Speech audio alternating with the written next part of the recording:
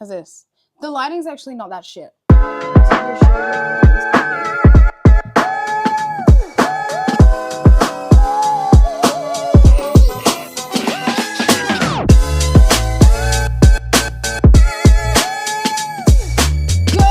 afternoon, everybody. Oh. No, and it's about to start flickering. Whoa! Party. Episode 6. Shout out. 6 weeks in a row of Maddie and I being best friends. Whoa. What? We've been best friends before the 6 weeks. How long do you reckon we've been best friends for? When we meet? 2019, but we didn't like each other then. No.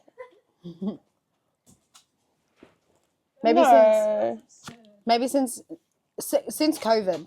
Yeah. We since COVID, which is coming up 6 years. Yeah, that's crazy. So many sixes in our life, and Jill's the devil, so 666.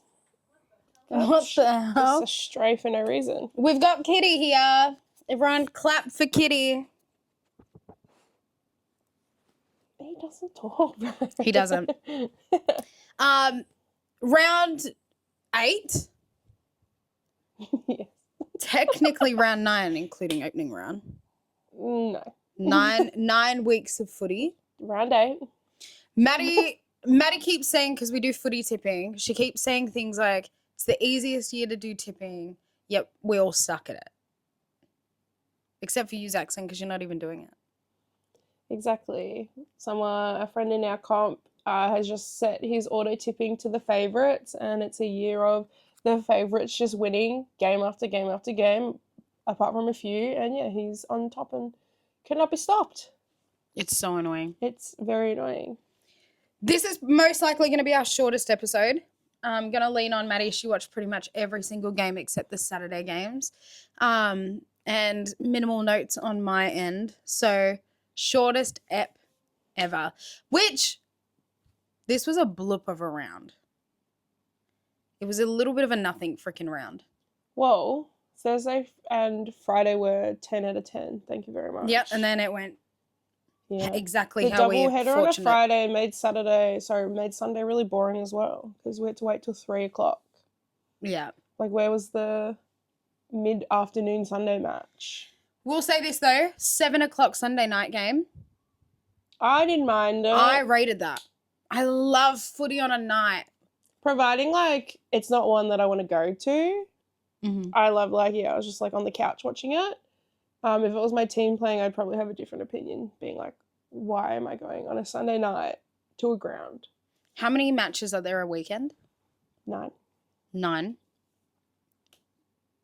Imagine there was a footy game every night. Of the week? 2 Saturday, 2 Sunday. No. You're crazy. Imagine. You're crazy. Imagine! All right. That was First, it would be a dream. First game of the round started us off Collingwood versus Hawks. In my opinion, this didn't go how I thought it was going to go. I expected Hawks to come out and perform the way that they have been performing. 13 goals, 15 points is on brand for them. But 15 goals to 3 points for Collingwood is not on brand for them. They were fucking accurate. Mm-hmm. So kudos to Collingwood. In this draw, in my opinion, Collingwood won, Hawks didn't lose, but lost. Hawks lost, and just were, very lucky to escape with 2 points for the ladder, which could be crucial at the end of the year, we shall see. Yeah. Best on?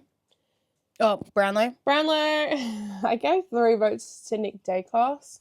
I don't think he was super, super present, but all his stats still accumulated, and he did quite well despite somewhat being held back, and the league love him, so if your stats get up there, I'm sure he's going to get the 3. I gave Dan Houston 2, and then I probably shafted Connor McDonald a little bit here, and I actually gave Newcomb the 1. Yeah, crazy. I thought he was crucial in that midfield, especially holding down Dacos.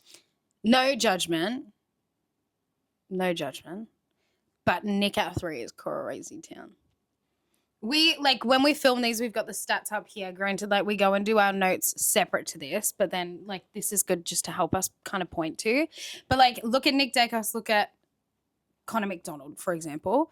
Connor, granted he's a forward, so of course he's kicking more goals. 3 goals, 4 clearances, 28 disposals, 3 less kicks than him, 3 less handballs than him.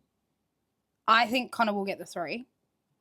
I mean, probably, but again, Hawthorn lost this game.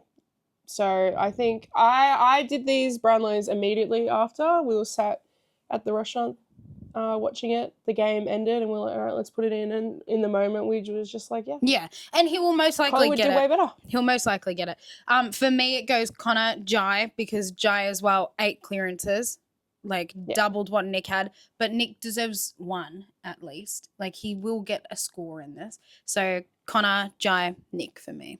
My best one was Dan Houston. He was just super, super crucial for them, especially in his transitions from the back half to the forward half.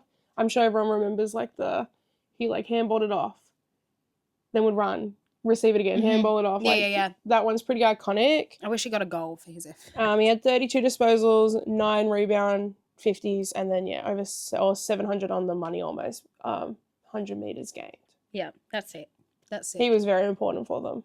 And I'm glad that he kind of had a bad year last year, but he's finding his flowers this year, which is great. Worst on was Lloyd Meek. Sorry, misspoke. Lloyd Meek. He got sprayed last week by Sam, and I guess it didn't really work because he's out here letting Ned Reeves do better than him. Yeah. In the ruck at the moment, he's not doing very well, and just stupid mistakes. We were watching him, and not good, crazy, not good, buddy. My best on goes to Isaac Quaynor. I don't think he gets enough flowers for his efforts. And whenever I saw the ball go towards Nick Watson, he was there and he put pressure on. And he makes a lot of the players that he's on fumble, especially when it's in play. When it's a marking contest, I don't think he's that strong. But when the ball's on the ground and there's pressure to pick it up and get rid of it or clear it, he puts a lot of pressure on. And I rate him as a defender. Worst on, I put Darcy Moore. Just for the fumble at the end? I think the fumble at the end, but in the last couple weeks, I think he's been fumbly. Granted, he's come back. But again, we've spoken a lot recently about captaincy. I don't think he's captain.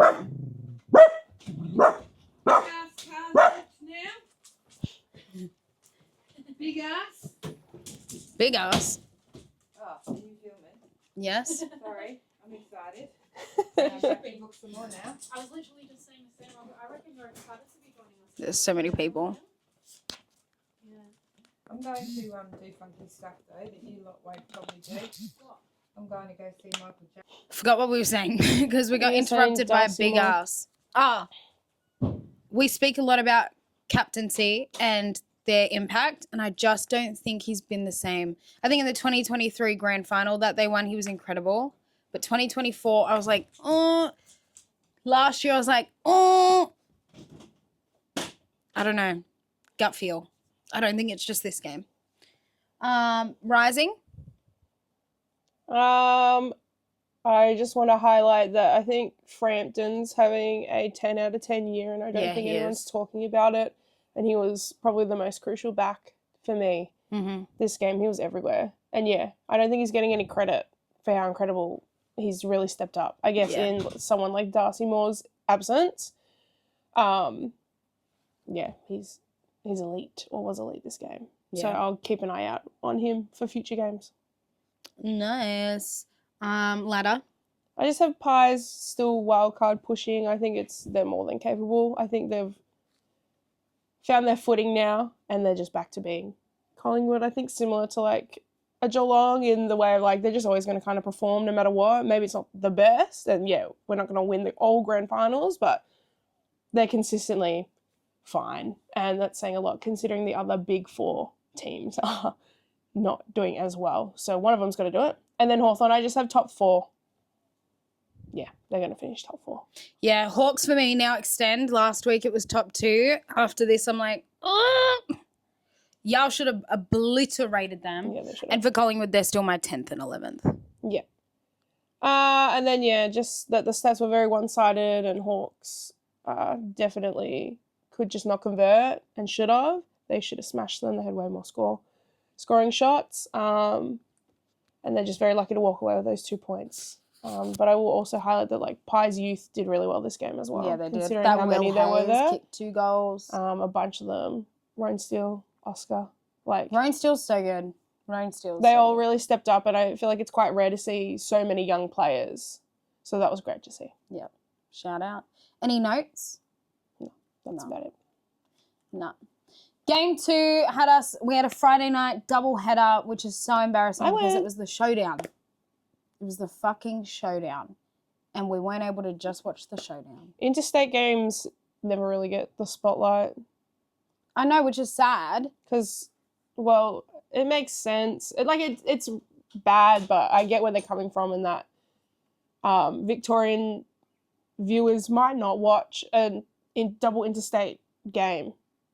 So they put a Victorian game on so, like, we can watch that and then Adelaide can watch the showdown. Or it was the Battle of the Bridge, Battle I of the think, Bridge.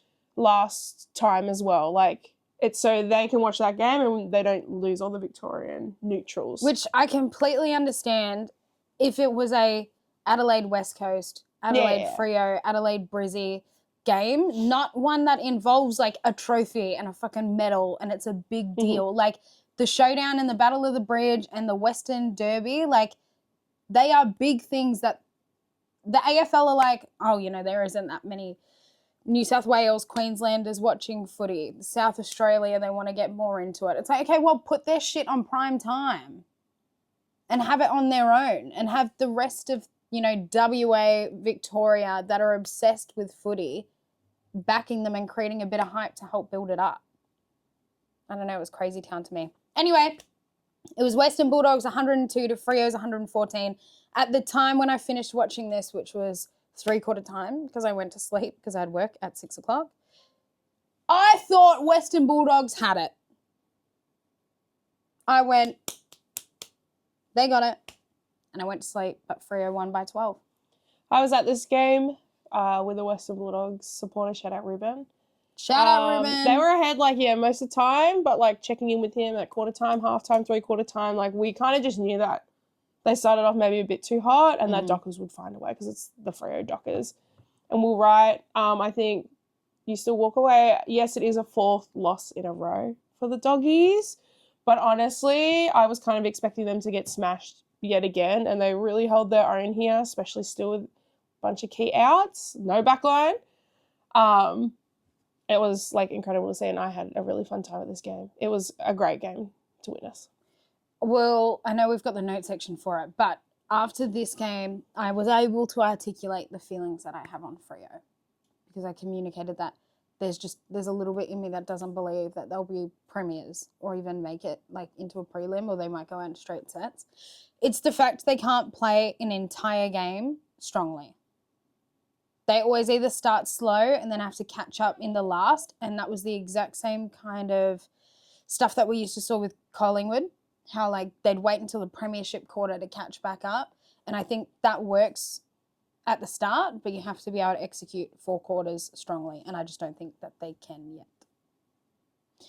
Who do you have as the Brownlow? Bolton with the 3, he was impeccable. I gave Bont the 2. I was expecting you to have the Bont for 3. I thought about it, honestly. He was like probably the most impactful player on the field, but you can't walk away from some of the stats that Bolton was able to collect. And then I gave Luke Jackson the 1 because he's unreal this year. 8 tackles. Unreal this year. He's a great ruckman and then a great forward as well. The only other person that I think deserves a shout out is that Kennedy. What's his name? Matthew Kennedy. I love Matthew Kennedy. He's my favourite. Very consistent, blue collar friggin' player. Comes up, shows up. Yeah. But doesn't really get flowers as well. But he's very consistent. He had a really off game last week. Was not happy with his performance last week, but yeah, this was the Matt Kennedy that I know and love. 9 clearances, yeah, he was 5 tackles, much better. 30 disposals. The Doggies overall were much better this week, which is good. For best on, it was Bolton. He just played such like a selfless role. Do you reckon he played like that Naz role that you were saying last week? Similar, but like he had 16 score involvements. Like if that man got it from the midfield, it was going to connect inside forward 50 and it was going to result in a goal. Like he's kind of known for like taking those like crazy shots and them going in. He didn't even try it once until the very end. Like he was very like, okay, who can I give this to because we need to score.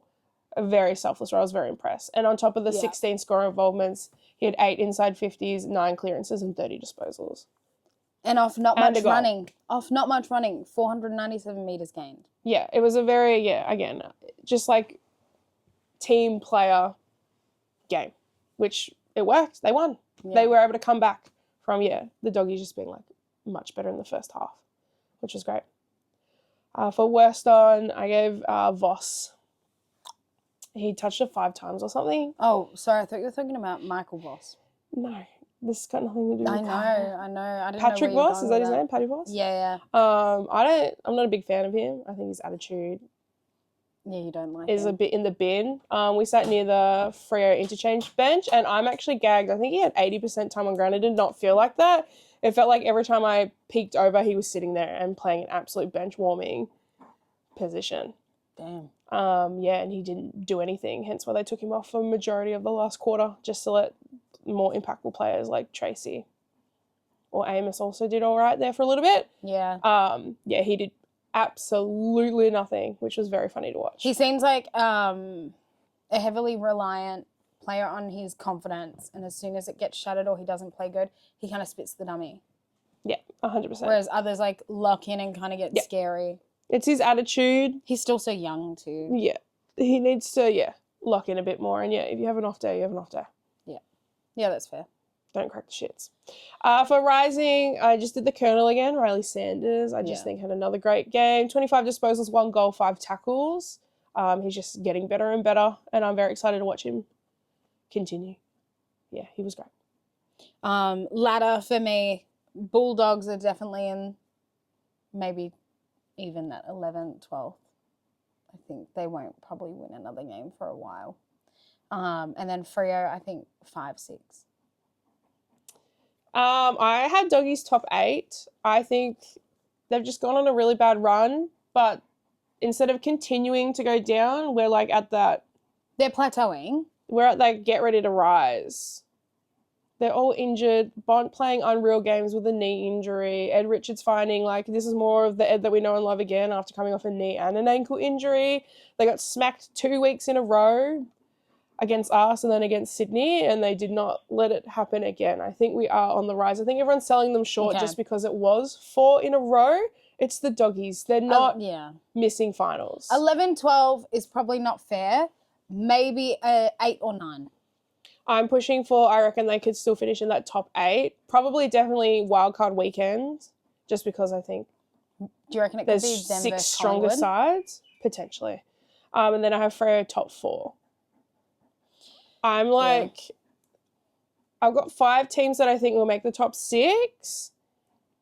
And I think if you look at the ladder that we have now, it's, I think, pretty spot on to how it might end, except for a few of those wild cards. Like you see GWS, you see Crows, you see Western Bulldogs are not in the finals right now, but like one of them is making it. GWS won't. I don't think Saints are making it. And they're sitting 9th right now. Yeah, GWS are not making it. We'll see. I have faith. I love GWS the Giants. are not making it. 20 points to the Gold Coast Suns. No way. My takeaways were just that, Doggies should be very proud. They started off strong and held on when they were getting absolutely dominated on all stoppage stats. They got, fried in the middle, but it didn't feel like it. So I think there are definitely some positives to take out of this. And that I still think that they would definitely make finals and they will bounce back from 4 losses in a row. And I think a huge test is to see where they actually truly are is that they have Port Adelaide this round coming up in Adelaide. So I think that's a better gauge than them. They've just had like really good teams one after the other and have gotten a bit battered and bruised. And then I would just say that I think Freya's getting a bit of like a Brisbane treatment in that they're doing really well, but I feel like no one really cares. Saying anything. Everyone's on like the Sydney train. Everyone's on the Hawthorn train. No one's really on the Freo train, even though they're consistently doing really well. And this is win 7 in a row or something like that. Like, why is no one giving them credit? Like, you're here, like maybe they don't play strong for quarters in a row, but you're still like here, like They kind still of like win. picking it apart a little bit. Where it's like at the end of the day, yeah, 7 wins in a row. I think when you show up as a new contender, they've never won one. Yeah. Everyone's going to be a little skeptical. Yeah. And be like, well, Again, you've yeah. never shown it before. Where, like, imagine it's a Hawks Sydney grand final, like back to the 2012, 2013, 2014. Yeah, comparing the two, like Sydney are definitely a stronger side, but like they're basically on the same trajectory. Well, they're right getting the now. same wins. They're getting the Exactly. same. They're getting the same 4 points at the end, for sure. And I definitely think that they're doing great. And I think that they've gone and scouted great players. They've got good development as well. Like, Hayden Young came back Had an and unreal game. did an. 3 It goals. was unreal, and all I heard the commentators say was, "Please stay healthy. Please stay healthy." You know, like he came in and he's just clutch for them. He was great. Arguably their best player, full stop. He kicked the 3, I think, like pretty much back to back to back as well, or in a very short period there to like really shift the momentum. 100%. They've just got a lot of great players that don't know if I see them working incredibly well all the time together. But when they click on, they're scary. They are scary, that's for sure. All right, second game of the Friday night was the Adelaide Showdown. Adelaide versus Port, 76-75. Shout out Braden Cook, basically snagged. Do you know what time in the game that guy kicked the goal? Was it like right at the Braden end? Cook? Yeah. 12 seconds ago. Okay, yeah. Would have been a great game to watch. You could have done what I did. I was driving home from Marvel, so we were listening to it. Mm-hmm. And yeah, hearing all that. When I woke up the next morning, I watched the second half of the game because I was like, I've got to experience this. And yeah, it was great. I've watched the goal, and I was really happy to see that the coaches' votes came in fair. Like, they didn't give him a bunch of votes because he came in clutch at the end. I always get worried about those things, that because someone played one great quarter, are they going to get all the votes? But it was good that Adelaide got the win. I reckon Port showed up, did really well, and considering they were a write-off for a lot of people, they're kind of doing eight. They're kind of doing eight. Again, I only watched little bits of this because I prioritized watching the other one. But by the looks of the vision that I've seen, Ollie Wines looked like he showed up and, you know, kind of performed like he did when he won a fucking Brownlow. No one, like, it's crazy that he's even a Brownlow winner. I think this is one of the first games he played all year as well. He wasn't. He has been playing a bit shockingly. But even we were just watching First Crack, and Sam Taylor was not able to keep up with him. And Ollie Wines is old, 31, and he's able to rip through Bond's like the that. Same age. Who? Bond. Yeah, it's crazy. They're all old, which is old back then. Like, but now we're gonna have players playing till 38 now, maybe even 40, which is wild. Who do you have as your Brownlow? Honestly, I think my 3 that I listed could be in any order, but I gave Sam Berry your mate. My cousin. The 3, he did win the Showdown medal as well. Mm-hmm. I gave Wayne Malira the 2, and then I gave Aliyah. Aliyah was elite, and honestly could have been the 3 voter. If Port had won, he would have won the medal, and I'm willing to bet money on that. Wow. He was everything in the back. Everything. Another player that I don't think gets enough credit. Best on was, I just gave it to Berry. He had 19 tackles, which is huge, and 35 pressure acts. Isn't that the most for Adelaide ever? Could not quote you on that. I think I But saw something. it was pretty elite.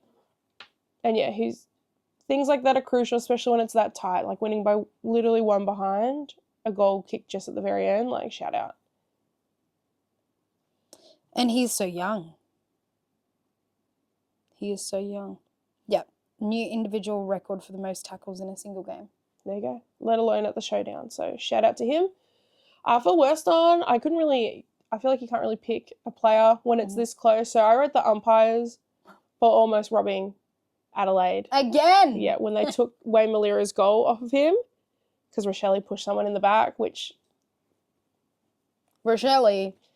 I don't know if I would have paid that as a push in the back and a no goal personally. But yeah, there were some crazy events happening, especially in that last quarter, that were not in Adelaide's favour. And again, it was like, oh my God, like, have the umps actually rob them again? And we'll get a statement the next day being like, oh yeah, sorry, that wasn't a push in the back. It should have been a goal. But yeah, thank God that Cookie came in Settled and was like, not on my watch, boys. Yeah, elite. Laura said Adelaide's changed their Instagram to basically like a Braden Cook fan page. Have you seen it? No. I haven't either. Hang on. Let's have a Adelaide Crows. Yeah, so it is a picture of Braden Cook, official Braden Cook fan account. That's very funny. Shout out their media people. For Rising, yeah, I did Cook, Murray and Berry. 3 very young players are just stepping up to have huge moments in such like a crucial game. Like, this was maybe their grand final. Both teams aren't doing the best. Yeah. So yeah, I think it would have had to have been all 3 of theirs first showdown, and yeah, all 3 had crucial moments there at the end. Like, yeah, the Berry from Port Adelaide is who I'm referring to in that, kicking that goal with like a minute left to put them ahead. Like, yeah, they're all incredible. It was a great display of football for the young guys. Adelaide's probably a team for me that I'm like, it'd be nice to see them win it. You know, like 2017, it would have been nice if they actually showed up and beat Richmond. And then they went away to a camp and just listened to the Richmond song. Girl is living in the past. Rooting for you, Adelaide, specifically you, Jordan Dawson. Love you. For ladder, you could honestly swap what I'm about to say, but I still believe in the Crom. I have them wild card potentials. I don't think you go from minor premiers to not making finals. Some do. Especially with 2 extra spots. We did. I think you lost the grand final though. Yeah, but we were minor premiers that year. I guess. Like, yeah, I still want to believe in them. I still think they're one of the few teams that are out of the top 10 right now that will finish in the top 10. I do have Port 11 or 12, so I do have them maybe slightly missing out. Again, it could probably go either way, but I'm inclined to have more faith in Crows from what they were able to do last year over Port Adelaide. Yeah, I don't know. I feel like similar to you, it could go either way. Mm-hmm. Port for me, when I think about it, I'm like, okay, they've got the experience, a little bit of like ugly grunt, but Adelaide are exciting and fast. So if it was old school, yeah, maybe Port would be doing way better year, but they're just a bit slow. So I agree with you. My only takeaways were, yeah, what a showdown. 59th showdown, probably one of the better ones, just with how close it came at the end. I think the scoring and all that in the first half was not great entertainment, but the second half was 10 out of 10. I wrote, yeah, I could rewatch that quarter 4 forever. I reckon it was incredible. Even like hearing the booing and the cheering and everyone getting behind each other, like watching it, I was genuinely tearing up. Like, I don't think you see a community come together for the football like you do either Adelaide team pulling up week in, week out at the hill there. I had Crom desperately needed that win. And to do it 2 plays down as well. Like, they lost Tex in the first quarter and still were able to do that. True. They lost Jordan Butts third quarter, I think. So playing 2 people down and being able to clutch it, despite the umpires really doing everything in their power to not let that happen, was incredible. And just to note that, yeah, Port have now had 3 really great weeks in a row. Only 1 win in those 3 weeks. But good performances. But, yeah, like, honestly, they're doing a lot better than I think all of us anticipated. So just to keep an eye out, like, they beat if they beat the Doggies this week, like, and it could be theirs to grab. 100%. It's at Adelaide It's an Oval, even playing field, I'd say. Yeah, that's, I think, the real test to show where either team are at, because they're similar at the moment. Mm-hmm. Yeah. So, yeah. First game, Saturday, Essendon versus Brisbane. Checked in for a little bit, but I think we all knew where this one was going. Could have been way more, though. Like, Essendon actually did their best to not make it a complete wash. 64 points. I don't know. I think Brisbane is similar to us.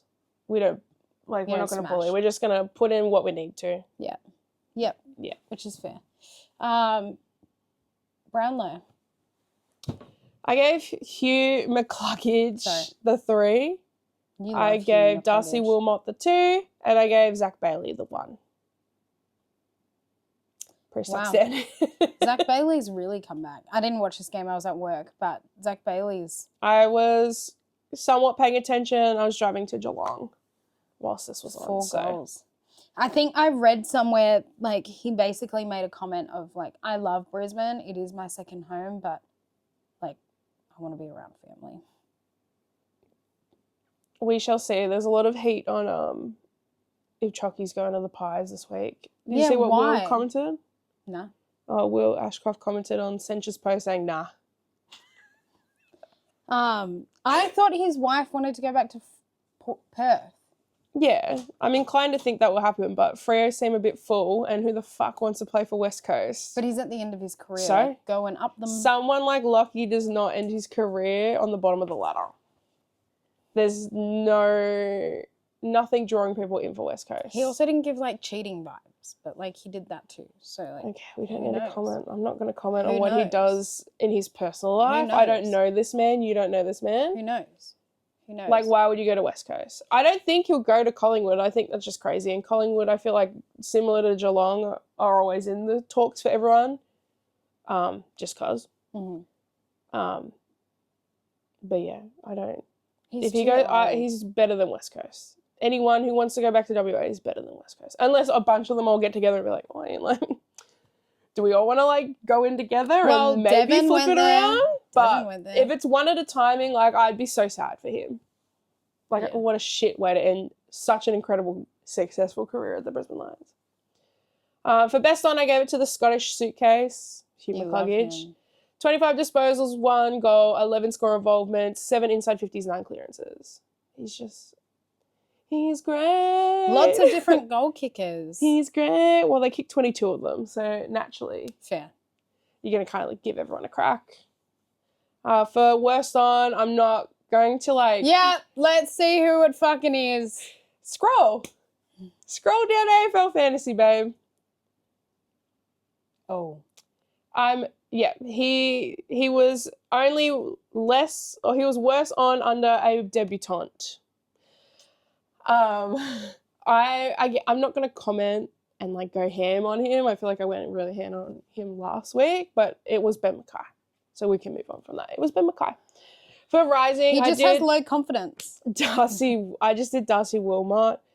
32 disposals, 1 goal, 5 He's so rebound, good. 50s, 3 inside 50s, and 572 metres plus. The Gained. beard for him unleashed something. Him with a beard just I hits forget different. that he is one of the youngins because he looks so old. Yeah. He should shave it off. He Riley like have Thilthorpe, stubble. shave it off. Stubble. Nice trim. But yeah, he's elite. He's been like performing really well every game, and I feel like he's really come into his own this year, which is saying something considering how successful his club has been Mm-hmm. the past 2 years, especially. But you want your young guys to step up because your old guys are gonna move on. No Oscar Allen. Now Scotland as well. Granted, I don't think he came in and made that big of an impact. But granted, when you're such a good team and you come in, it's really hard to be felt. If I was a free agent, Brisbane would definitely be up there as who I want to go where you want to. to go, for sure. Yeah. And they've lost people as time's gone on. They've lost Oscar McInerney, and you can't really feel it. Like, who's their ruck? Drapes. You can't really, like, feel that Yeah. their ruck... Because Oscar McInerney was, he was pretty good. Mhm. They can't really feel it. Mhm. Yeah, they're just replenishing, which is good. I love Brisbane. So seeing them being like super successful, like, I'm okay with it. Even Yeah. though they beat us in the grand final last year, I'm okay with it. For ladder, I have Don's just bottom 4. I really could not pick the order now, especially with how Tigers did and how bad Essendon are now and how bad West Coast are now. Mm-hmm. And so Carlton is still like, who are you? What are you? What's going on there? I couldn't pick what order the bottom 4 are, but I think the bottom 4 is locked this year, which is crazy. 3 out of the 4 big 4 are down there. Tigers, Essendon, West Coast, Carlton. Yeah. Yeah.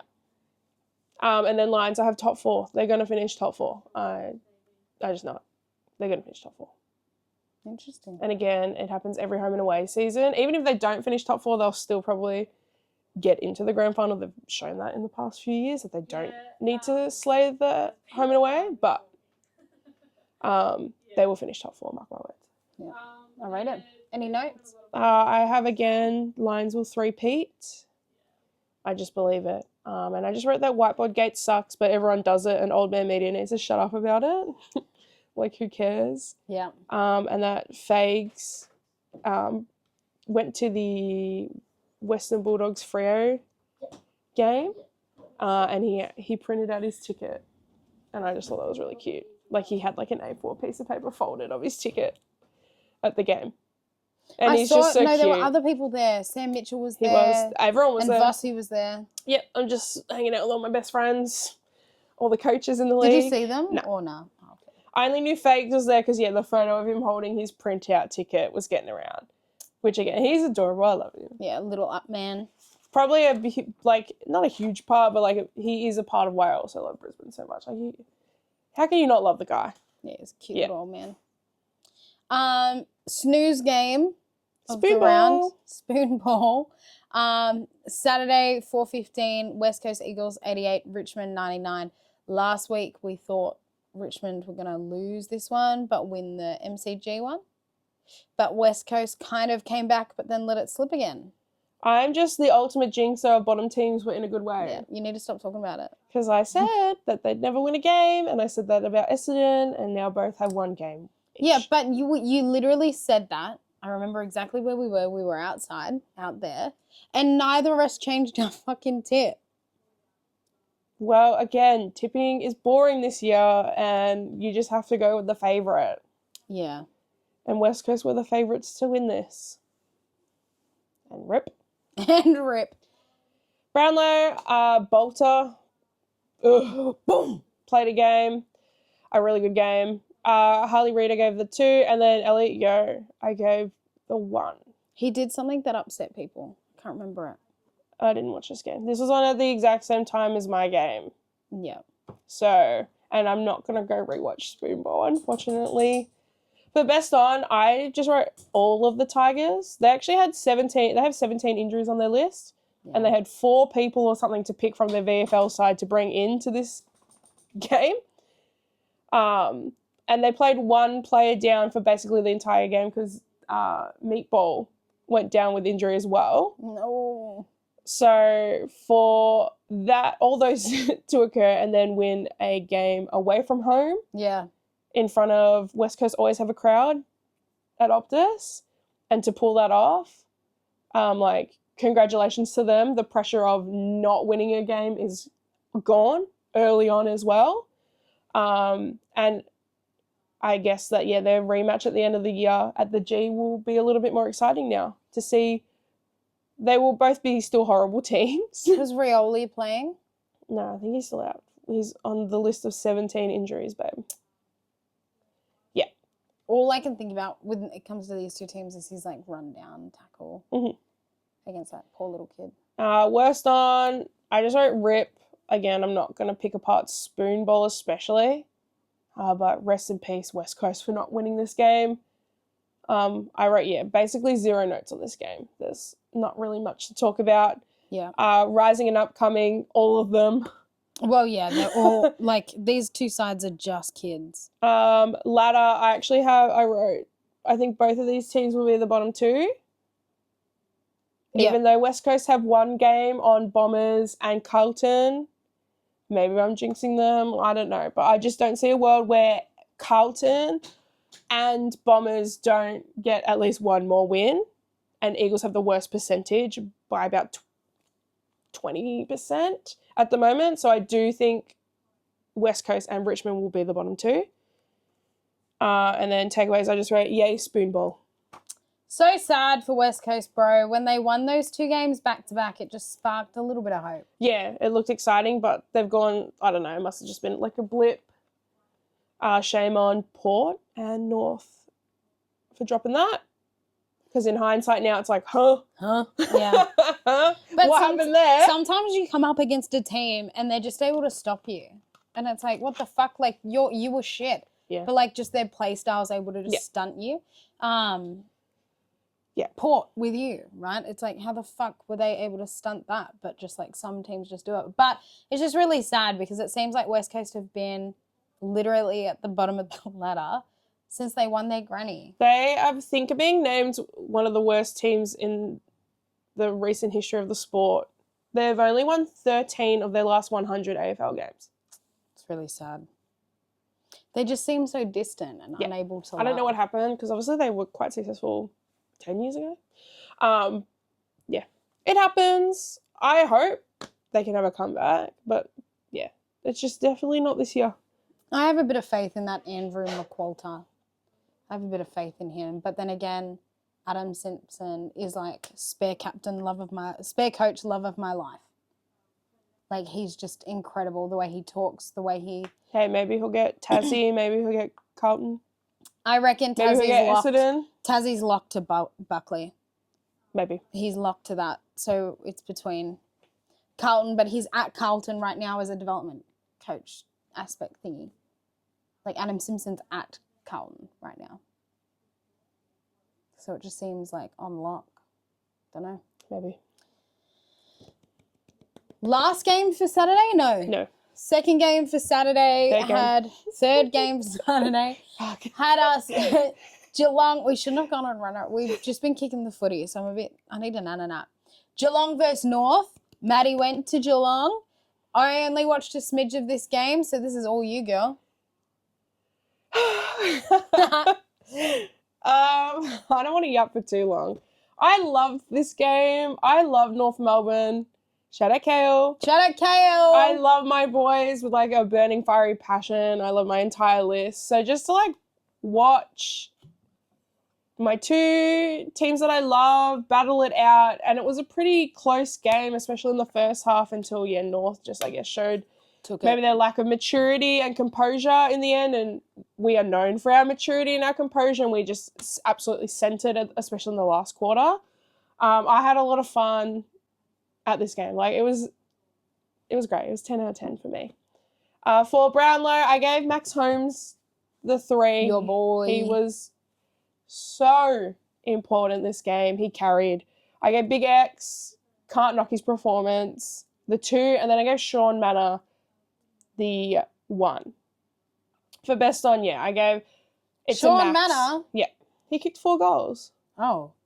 Why is he so far down here on AFL It was Fantasy? a great game. Everyone did really well. I thought there was a lot of like, not super tagging, but there was a lot of tags, a lot of lockdowns from both sides. So it was just like quite a fair game. It was so fun to watch. I've rewatched it twice. Oh my God, Maddie. It's a great game. I love this sport. Max was crucial. He had 29 disposals, 2 goals. He kicked 29 disposals at 90% disposal efficiency, 6 score involvements, over 800 metres gained, 4 clearances, 6 inside 50s, and 5 rebound 50s. Mans was everywhere and delivering everywhere. It was unreal. And the 2 goals that he kicked were like within 2 minutes, so really just, to sell it and completely shift the momentum 100%. Where has Baz gone? Baz got tagged this game By Jai Simpkin and a bit of Foss as well.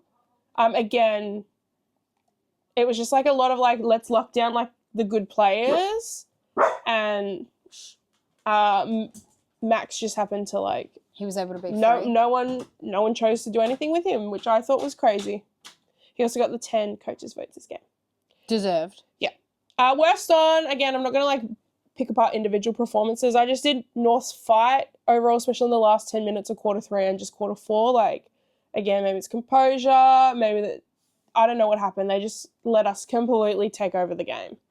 Completely. And it became like I was with Kale, who goes for North Melbourne, him like hoping that the margin stayed under 50 because they've had like pretty good win-loss margins currently. It's been 15 games now in a row that we've beaten North Melbourne. It just probably wasn't going to happen at GMHBA. Yeah, no. We At have them Marvel? again last year in Marvel we beat them by 101 points when Jezza kicked 11 goals. Oh, that's right. But we have them in Marvel again at the end of the year, so we'll see how each seasons go. And you never know. Yeah, damn. For Rising, I just wanted to highlight Connor O'Sullivan's performance in the back line. He was just elite.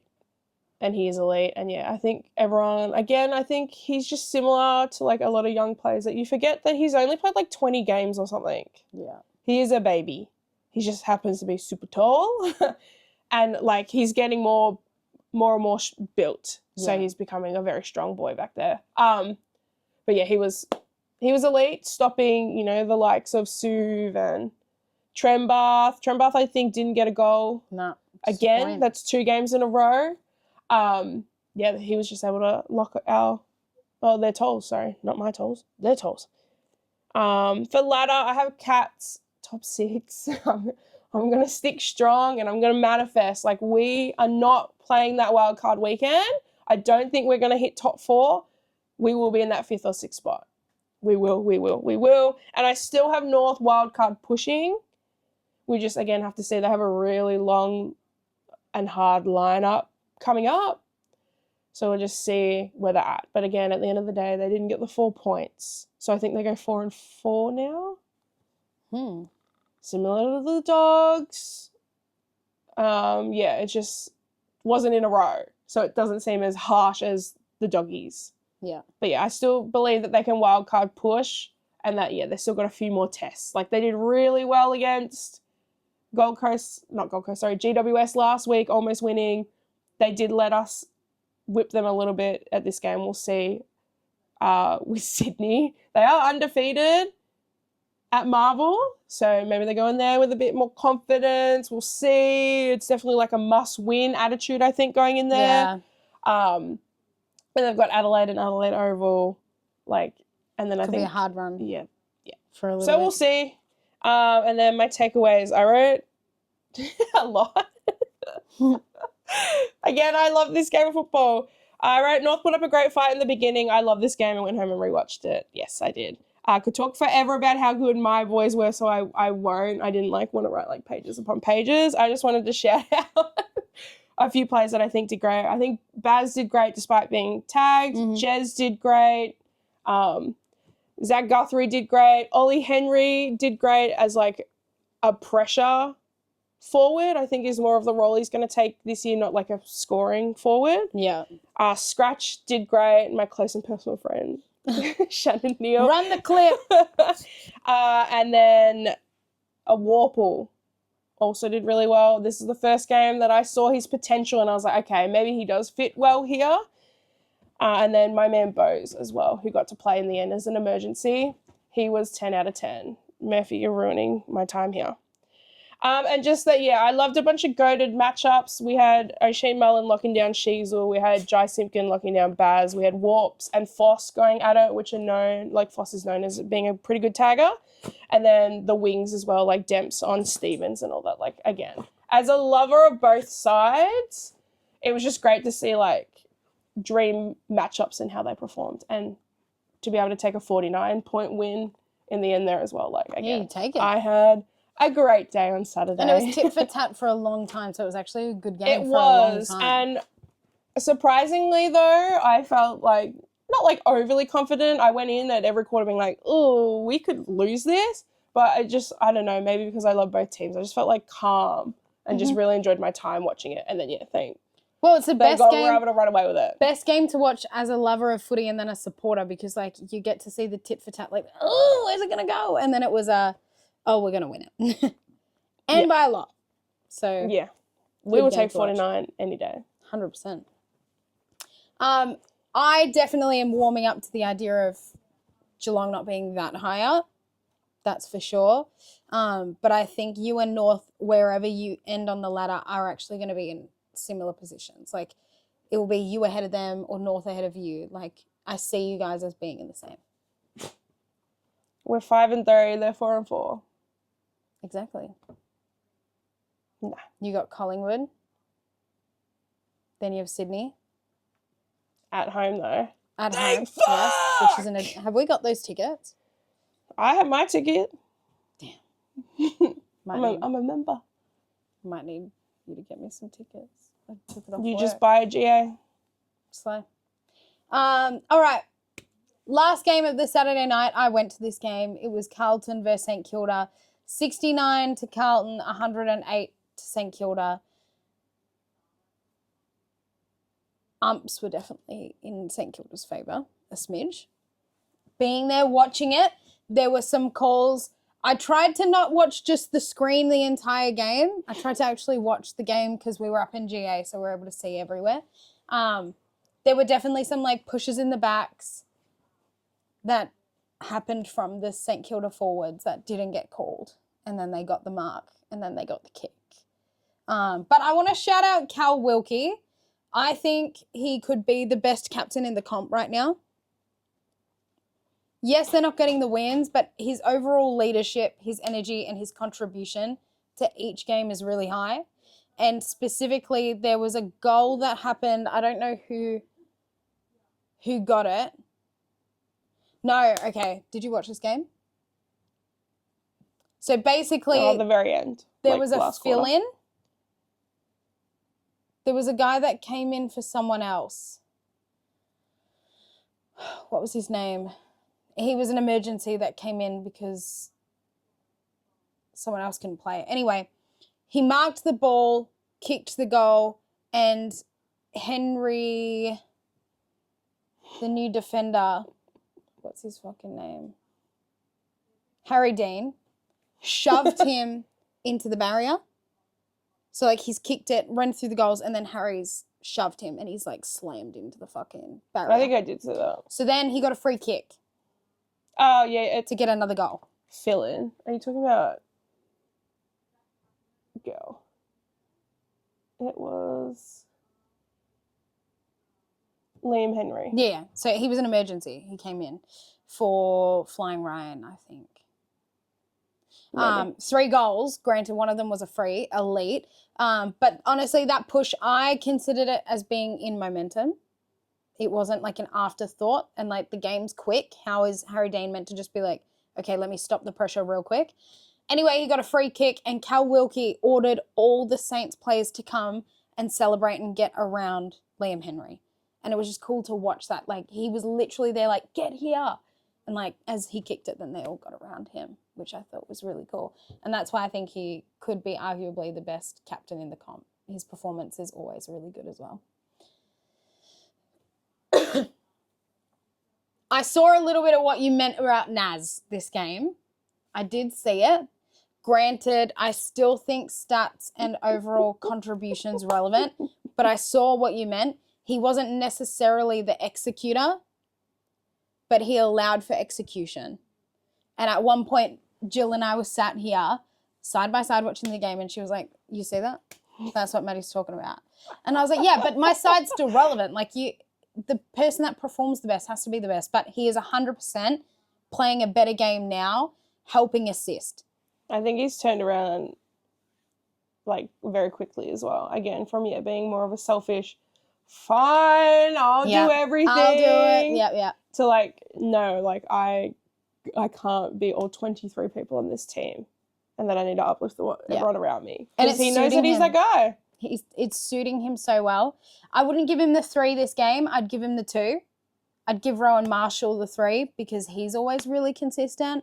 And then for 1, it would probably go to a Carlton boy because ultimately it was tit for tat for the longest time. Carlton were up. We came back at halftime, and at third quarter time, I was like, oh shit, they actually haven't gone to sleep. But then they did go to sleep a little bit. But I just don't know what Carlton person I'd give it to. Like, Brody Kemp kicked a bunch of goals, and he was scary. Like Ollie Florence up there, but I didn't really feel his 30 disposals, to be honest. And of course, as a defender, he's going to be up there because St Kilda, it literally, I don't know what the percentage was. 9 or 8 goals in the third quarter. What was the percent for time in 50? Because it genuinely felt like we were in St Kilda's 50s most of the time. I don't know where that stat is. That is a stat though, right?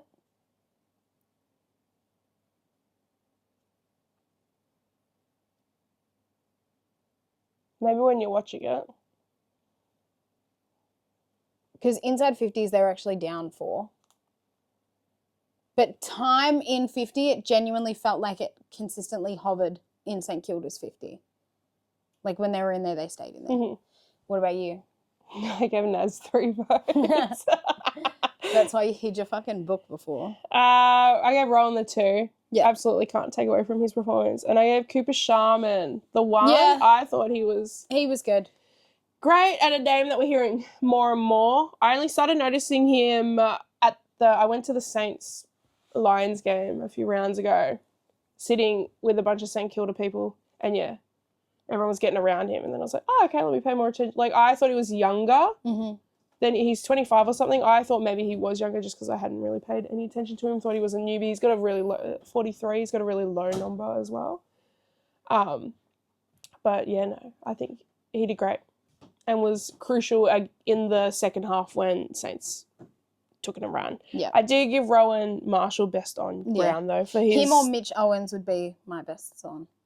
For 22 disposals, 3 goals, 5 score involvements, 4 clearances, and then I think he's doing like a dual role. Obviously, TDK is taking the rucking a bit more now, which is good. But like when he goes in there, like he's still performing quite well, and yeah, he's obviously performing on the scoreboard. And I think he's just had 2 back-to-back great performances. You're still talking. Yeah, it hasn't been an hour, Hope. Oh my god. Now listen, I'm in big trouble. I know what we're talking about. That Rowan Marshall's best on. Yeah, okay. Worst on? I just did Bagger's efforts again, but I wrote specifically not going to beat a dead horse. Like, yeah, Yeah. they gave up. They have been giving up. Move on. when their defense was struggling, I turned to our Carlton friend and I was like, "Where's fucking Lewis Young?" And she was like, "He got dropped." And I was like, "Oh, okay." George Hewitt. Crazy that he doesn't play. Who do you have as upcoming or rising? Mitch Owens. Shout out Jill. I think played a really good game this game. I was very impressed. And yeah, every time I heard his name, I was like, oh, Jill's favourite player. Jill's bestie. Yeah. I think he played a great game this game. Yeah. He's especially elite. in the second half. He's elite. And I also shout out the emergency that came in. Granted, yes, he's played AFL before, but he came in and kicked 3 and made an impact. You know, so. Big shoes to fill for Liam Ryan. Yeah. Exactly. Ladder-wise, we already spoke about Carlton are in that bottom 4 slot. It is locked. Yeah. For me, I think St Kilda are looking at that 12th, 13th slot as well. I have 11th to 13th. Yeah. I think they 12th get. and 13th. 12th and 13th. I have 11th. Bitch, that's still not finals. I think they're beaten.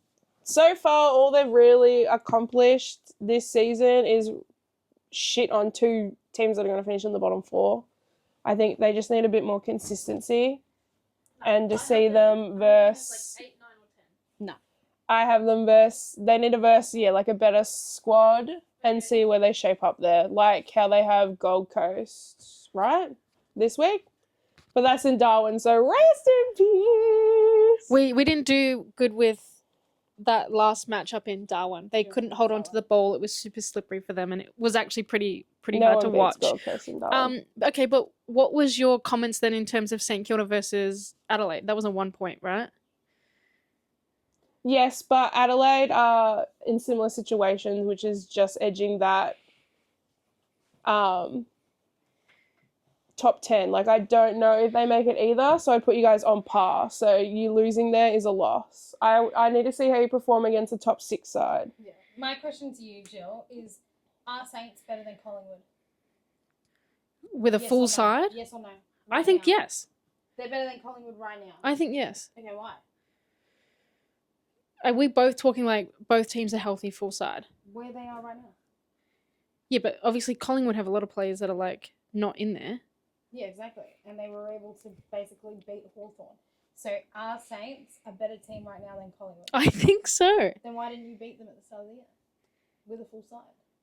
What do you mean? At the very, very start, where they all haven't played together before. They're still like Sam Flanders.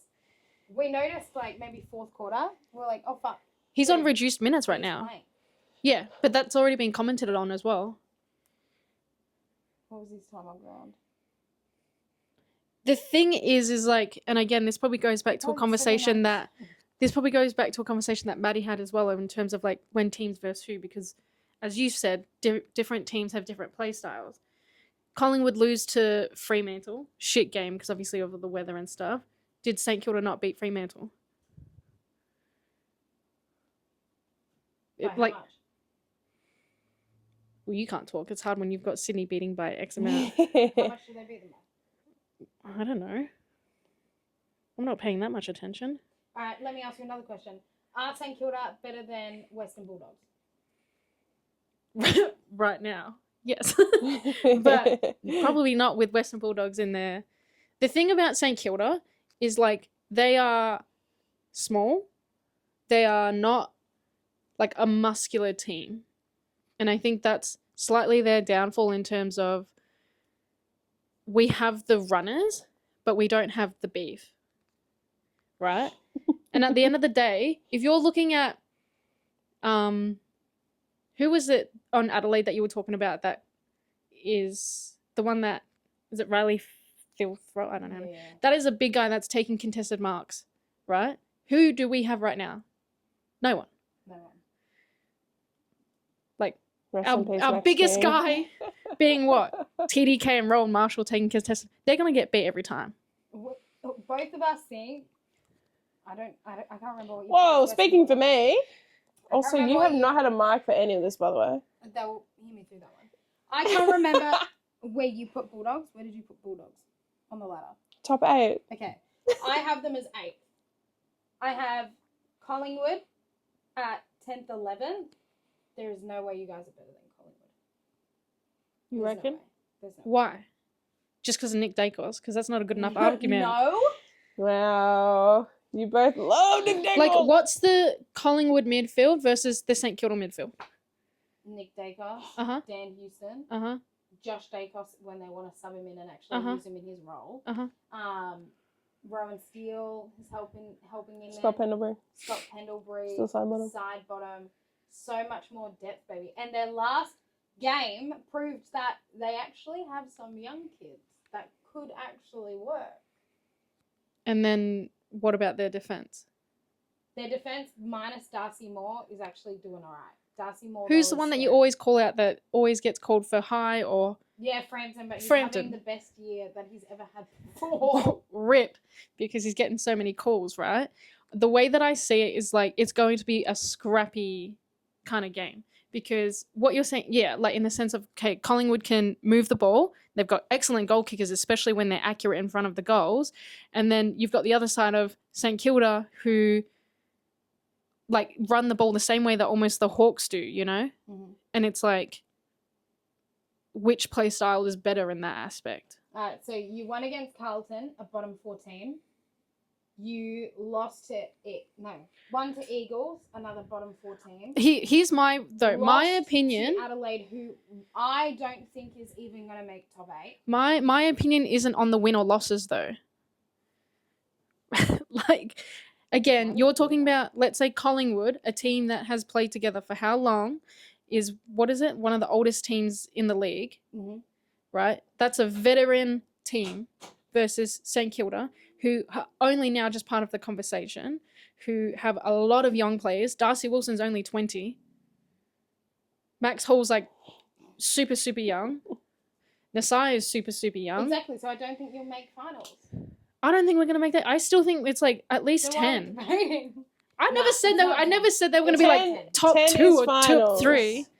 10 is Still finals. Yeah, but it's wild card. It's Still not finals. like it's still. Still finals. I don't think you will this year. I don't think you will. Let's. I'll place a bet. All right, Yes! $100. Done. Well, you can't call it as I'm like. I don't think you'll win. But like Maddie literally just said, have you played Geelong? No. Have you played Gold Coast? Next. Brizzy? We lost just. Hawks? just lost. Freo, 1. just one. Well, what you've been saying is the win-loss rate is like if you win, How you're many- up how many there. did You did win? not beat Freo. Freo have only lost to us. Then who do we win against?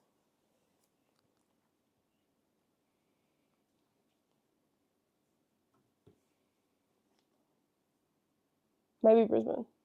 No, we didn't win. We had them all the way up until the third quarter, and then it was right Melbourne? at the end. No, we lost to them. If you can beat a Geelong, a Gold Coast, Brizzy, Hawthorn, Freo, Sydney, then I would be more inclined to be like, yeah, you might actually stay where you are right now, which is 9th or 10th slot. But I'm not convinced.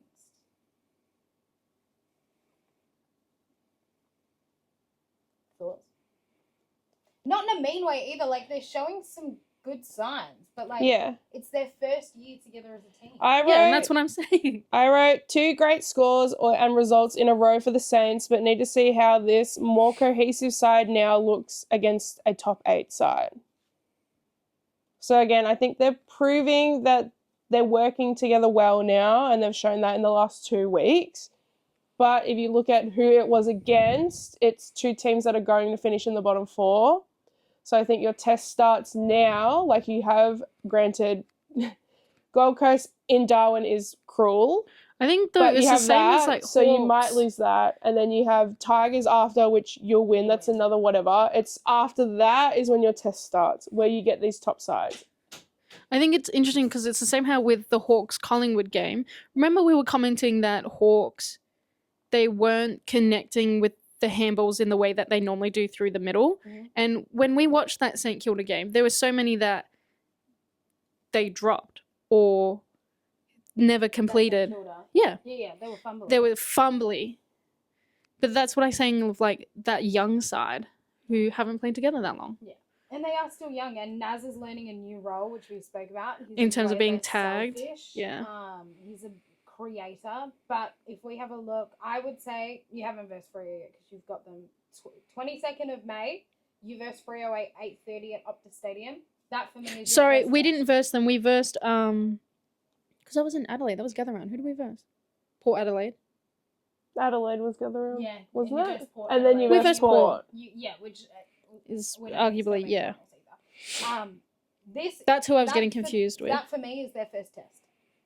Which one? Freo Freo. Saints. Where's that? Optus. And then you've got Hawthorn. Hawks at home. Yeah. And then you have Your season starts, in a few Swans rounds. at Sydney. Yeah. And then oh fuck. Who have you got? And then GWS, which you should win that one.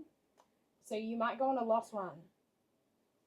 Yeah, but Then you got I'm Doggies. more curious about how they play. I'd say. Yeah, but I don't think you'll make top 10. Yeah. How is it that you see on the thing of like what their previous matchups? You see form on here, but it's only the last 5 games, which is shit because I If wanna you see- filter the fixture, you can just see your team. That St Kilda Swans game is gonna like I see Swans smashing St Kilda by heaps. I don't know. Why? I just get a bit scared. Oh yeah. Sometimes I wonder And if then 2. they go in complacent. I think you've only beat teams under you. Well, that But makes you're sense. still 9th right now, so like solid effort because look at Dogs have gone straight to 12. Your camera's gonna die. All right, we're gonna quickly film the rest of this, Jill, if that's okay. The only other notes I had for this game was hasta la vista Vossi, and that no way he survives the season. Not that I think it's all his fault, but yeah, that's not happening. And my last note, apart from what I said about Saints, was please take Cripps Freo. I'm begging, save him, please. Yeah, and they need some I experience. am begging Carlton to give him up. I don't want him to go to West Coast. I don't want him to finish his career in a similar side.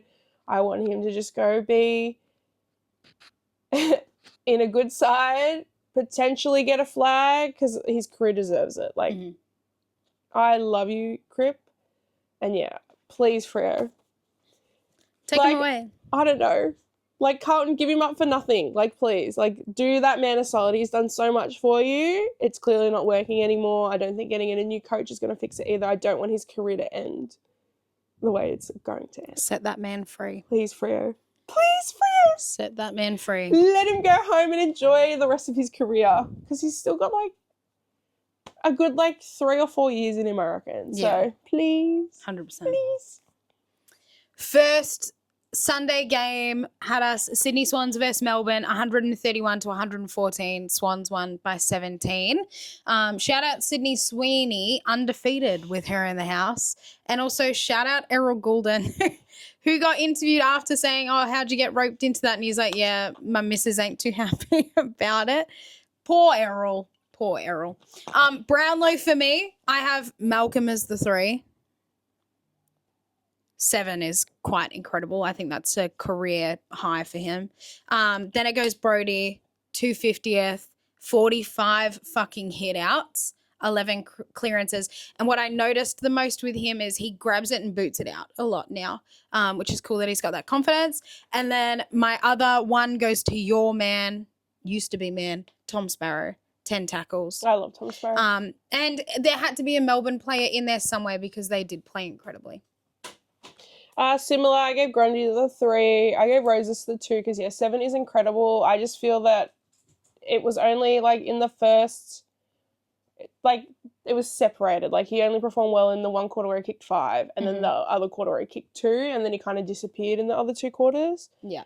When it was such a tight game. And then I gave Isaac Heaney the 1 because he's just a Brownlow dude and he did really great with his numbers again. I don't know why no one tried to stop him. He did. Best on for me, I had Brody. Yep. 250th. He was deserving as best on. And again, 45 hit outs. I've actually never seen hit outs that high. 4 tackles, 26 disposals, and the man's got a goal, which was pretty cool. 11 clearances as well and 12 score involvements. Pretty cool. Pretty cool. I don't have a worst on. I didn't write either. I think it was a great game. Yeah, it was a good game of footy. Ladder, rising. Who'd you have? Tom Sparrow, I think, played another elite game and he's definitely someone on my radar. And I think Max Heath as well played a great game, going up one of the better ruckmen. To step in because, I think Gorney's a little injured. And he actually was up there. He got a bad hit on his back a few weeks ago, so he was playing more of that rest of the forward because he is a crucial member and I don't think they wanted to go without him. So for Max Heath to step up to someone as terrifying as Brodie Grundy, I think he did really well. Yep, pretty good. Ladder for me, I still have Swans at that top 1 or 2. I do forecast that towards the end of the year we might get a couple bogey losses. We've got North. Everyone gets mulligans. We've got North this week at Marvel. Wouldn't be fucking surprised. Undefeated. They'd lose a dumb one that they shouldn't have lost to, and we've lost to North before. And then for Melbourne, definitely in the top 8, I think. Maybe top 10. North haven't beaten you guys since I think 2015 at the SCG, and they haven't beaten you at Marvel since it was called the Telstra Dome in 2007. Was their last game close then? I can't remember. I can't speak. I think it must have. But I'll have a look you at have that. not beaten you have not lost to them at Marvel Stadium since it was called the Telstra Dome in 2007. I think So the last one was fine. close. I think you're fine this week. Oh, you talk through your ladder whilst I search it. I have Swans top 2. I mean, I think it's pretty on lock. My other lock is Melbourne D's will play finals. Yeah, they will. This year. I think they're locked into, now that there's 10 teams, 100% they're playing in the wildcard round. I think I'm still yet to be 100% confident on them, on if they can make it to the top 6 and be safe. Granted, they lost to Essendon.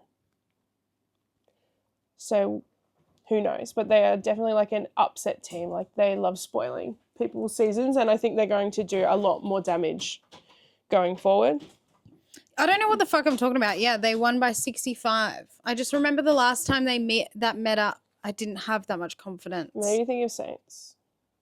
Maybe because we 'Cause always that lose to one's pretty, Saints. that one's pretty good, except for last time. We lose to Saints. My takeaways were just scoring machines and that both teams clearly play a very similar game style. And it was super back and forth, especially in that first quarter. It was just like, oh, Sydney got to go. Oh, Melbourne got to go. Oh, Sydney got to go. Oh, Melbourne got to go. Straight from clearances, like no stopping. Clearly both teams don't value defending as much as they do their forward half pressure and their mid they're pressure, offensive. which is fair enough. And yeah, it created a really entertaining game.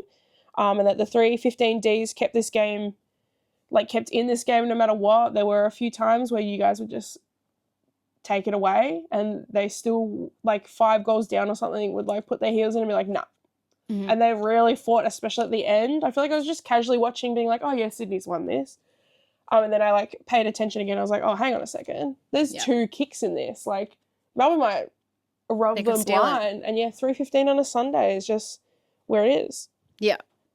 My notes are Sydney really have to go to do some goal kicking practice. I think 19-17, 12 points might have been respectable because like you're having so many shots on goal. Obviously, the opportunity for points is higher, but 12 for me is reasonable, which should have had them sat at 160 points.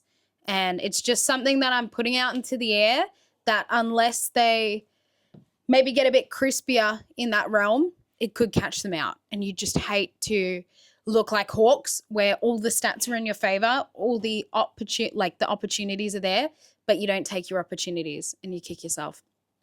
My second note is how fucking good Cozzy is. I'm glad he's getting the rapport he is now because he is really good. He plays every fucking role so well. He's so defensively strong. He's a great goal kicker. He's a great midfielder. Aggressive. He's fast. He's quick. He sets it up for other people as well, not just himself. Great defense as well. 100%. So I think he's got all right now. He will 100% be in the All-Australian squad. Yeah. 100%. Shout out Melbourne keeping him. Yeah. Because it really didn't look like they were going to with It's everyone deserved. leaving. It's deserved. And yeah, the last one I just wrote is that every single club on the ladder should be scared of us, Melbourne. Mhm. Every single one. Doesn't matter if you're at the top, you're at the bottom. Like, they're going to be such a got spoiler something. club. Yeah. They got something. And Malcolm, sorry Gold Coast didn't want you, but so happy that you've joined us now. Because he looks like he's enjoying footy more now too. And he's like, I was actually thinking about him. I don't think he's ever gone in the VFL for us. Like he came in as a player. And he debuted straight away. And it's like, nope, well, if you're not feeling well, you don't play because he didn't play a couple games. And it's like, well, if you are playing, you are playing, you know. So it was good that he got a good game too. All right, we are in the red fucking zone on the Battery now. Shout out, Mum. Last game on the Sunday, 7 p.m. game, our favourite time slot. We love a footy night. 83-63, Suns versus the Giants, and won by 20, which was a bit of a slap in the face for GWS. Rest in peace. No word on if he's getting Not my expansion cup. a thing either. All right, I didn't watch this game. I was out for dinner. 3 votes, Tracky played another unreal game. 2 to Finn Callahan. I think he was the most important member in the GWS side and was really trying to hold down the fort despite everything. And I gave John Noble the 1. Deserving. I think he was also super crucial, especially on the wing and with the back half transitions. Yeah, I think like the fullbacks are underrated and underappreciated. 100%. Probably my favourite. Finn had 6 tackles. Might be my favourite position, honestly. Best one was Tracky, again, 29 disposals, 2 goals, 4 tackles, 9 score involvement, 6 clearances, 8 inside 50s. He's just elite. He's just Such elite. class. Like, he also will probably make AA, and he's in talks for the Brownlow. He did miss out a few because he had the hamstring early on, but if he can play this well for the rest of the season, like, he's absolutely making top 10. 100%. Maybe even top 5. He's switched it back on, and it's fun to see. I'm not a huge fan of players underperforming in bad sides and then coming to a better side and then performing, but he's like a hero of the game and like everyone loves him. And yeah, it's fun to watch good players play good footy. Yeah. Yeah. 100%. For worst one, I just did accuracy who. A lot of behinds kicked Wow, this game. for both. Yeah, it was JDMS actually have naturally been not kicking straight. very lucky that it was such a small margin. Not naturally. Notorious. And then just the ground, like the actual ground of People First, it was a joke. I think they played the VFL or something on beforehand and they tore that shit up. It was holes everywhere, lots of chunk, like it looked terrible. It looked terrible. So like, what are you doing, Gold Coast? What are you doing? For my rising and upcoming, Finn Callaghan. Yeah. He's so good. He's so good. And yeah, he played in the league game. He was, again, didn't finish like at the top of AFL fantasy, but he was the most important player on that GWS side, 100%. Without him, it would have been so much worse. For ladder, I have Suns finishing top 8. Again, I think they're on like they did win here, but I think they had a bit of a rough patch there. So I guess I'm just overall confused still with what type of side they're going to be. But I don't see them in that 9th or 10th spot. I do see them in the top 8. Should be fine. And I still am holding on. I have Giants wildcard push pretty please is what I've written. They are capable of having really good games. I would say that North Melbourne are on a similar trajectory as them, and they were able to pull through with that one. Sad to let the Expansion Cup go, especially after having it for so long, but like this was a must win for Gold Coast. So I think they had a lot more to prove this game as opposed to. Have they ever won? I think they won the first few, and then GWS have like won every single one after. Oh wow, so but they won like, it back. Yeah, but like this year you can see night and day between the two teams, whereas they're both normally a little bit like GWS are normally pretty consistent. Gold Coast have been getting consistently better. This year I think it's a bit more balanced in Gold Coast side, and the results show. Should have been a lot more. Yeah. GWS are very lucky that it was only 20 points. But yeah, heartbreak for my Giants. I love you, Giants. And then, the only other takeaways I wrote was that it was a pretty shit expansion cup. It was not very fun to watch, so many behinds. Newstown. But congrats to the Suns for winning their first in a very long time. And all I wrote was, what happens to the expansion cup when Tassie come in? Yeah. What happens there? Do they still call it the expansion cup? Did Tassie get involved? But then it's like, that's weird. One team doesn't get to, like, do Gold Coast get graduated into not being part of that because they came in first? Yeah. Like, this is one of the very last ones. Which is a bit sad. Yeah. Or then when we bring in our inevitable 20th team, do they then get called the expansion Like, we need cup? a Northern Territory team. No. Yeah. You want to play Northern Territory? No. Canberra is probably my guess. I'm assuming the easy option is that WA, New South Wales, or South Australia just get a third, or Queensland, sorry. One of the other states just get a third team probably, but I reckon Canberra. I think a lot of good players are from Canberra. Couldn't tell you any, but I'm pretty sure that there is quite a few. So my bet is if they're going to do something different, Canberra. If they're just going to stick to the same, like literally any other state apart from Northern Territory is sitting right there and could probably have a third team. I'm inclined to think maybe WA or South Australia because they're more footy-loving states as opposed to your Queenslands and your New South Wales that are definitely more rugby. Oh, wow. Okay. Fans. Players from Canberra. Mhm. Jeremy Cameron. Mhm. Alex Carey. Mhm. Tom Green. Yep. Jack Steele. Mhm. Nick Murray. Josh Bruce. Lockie Keefe. James Hurd. Brody Smith.